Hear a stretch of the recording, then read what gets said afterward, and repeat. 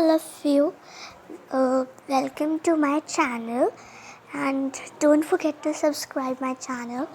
And today I am explaining the English Oxford poem number 1, Mother to Son. Okay. So I am only explaining the poem, and in my channel I am explaining you the all subjects like sixth subject. Okay, only sixth class. Okay, so let's start it. In this poem, actually this poem is written by Langston Hughes. Okay, in this poem, a mother something saying to his children. Okay, let's see what she's saying to his children. Okay, so she's saying, वो मतलब अपने बेटे को बता रही है, मतलब बता रही है कि लाइफ में आगे क्या क्या स्ट्रगल्स करने पड़ते हैं, आगे क्या क्या प्रॉब्लम्स फेस करनी पड़ती हैं, आगे क्या क्या तकलीफ़ें आती हैं.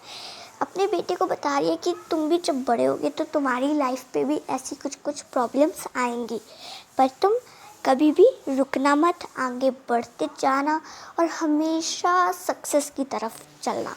कभी भी हार की मत सोचना, हमेशा जीत की सोचना. एंड वो अपने बेटे को यही बता रही है कि मेरी लाइफ पे भी बहुत ऐसी प्रॉब्लम्स आई, बट मैंने हमेशा जीत की सोची. एंड आगे चल के बहुत अंधेरी गुफाएं आएंगी, बट कभी भी रुकना मत, आगे बढ़ते चलना. बहुत से टेढ़े मेढ़े रास्ते होंगे, लेकिन कंफ्यूजन भी होगा, पर कभी भी रुकना मत,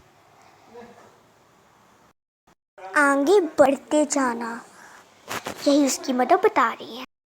सो इस पोएम में उसकी मदर बस यही बता रही है. सो अब देखते हैं कि मतलब कैसे इसको समराइज किया गया है. So well son, I will tell you, life for me ain't been no crystal stair.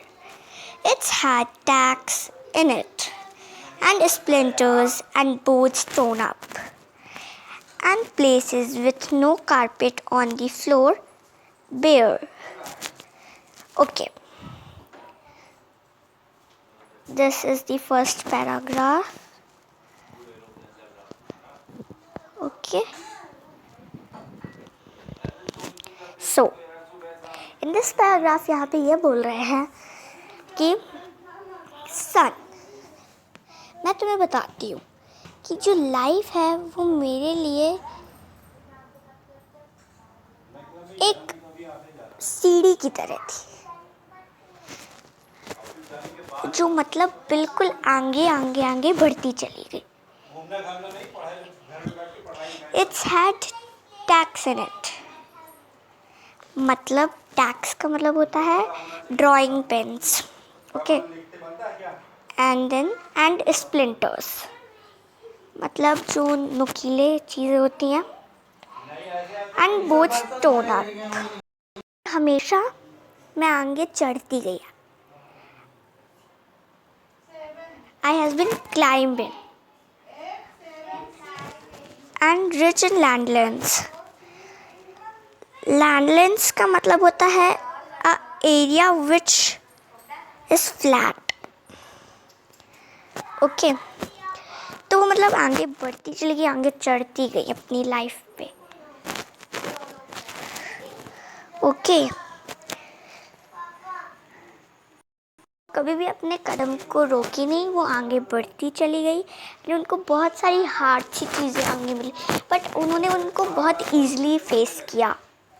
वो अपने चाइल्ड को बस इतना ही बताना चाहती हैं कि लाइफ पे बहुत सारे स्ट्रगल्स होते हैं, कभी भी तुम हारना मत.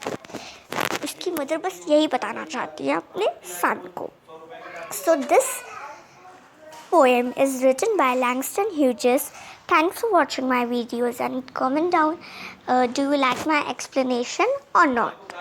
Okay, and tell me which subject do you want I will explain you more subjects. Okay, thanks for watching and subscribe to the channel.